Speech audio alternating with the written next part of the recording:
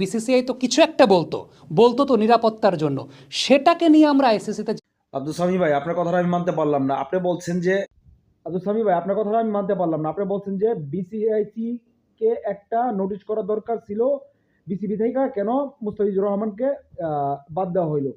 ভাই, তারা তো ডিটেলস জানাই দিছে, বিসিসিআই তারা জানাই দিছে ডিটেলস যে তারা কেন মুস্তাফিজুর রহমানকে আপনার কেন নেওয়া হইব না, কারণ বাংলাদেশে এরকম ঘটনা চলতেছে তার জন্য।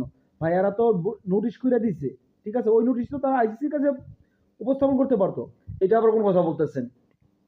বলেন যে তারা আমাদের প্রতি ইনজাস্টিস করতে পারে নাই, ঠিক আছে, কারণ তারা খুবই একটা মূর্খ জাতি। আর আইসিসিতে তো তারাই আছে, তারাই নিয়ন্ত্রণ করতেছে, তার জন্য তারা চাইতেছে না। যারা চাইতেছে যে দেশটার মধ্যে একটা গন্ডগোল লাগানোর জন্য, ঠিক আছে।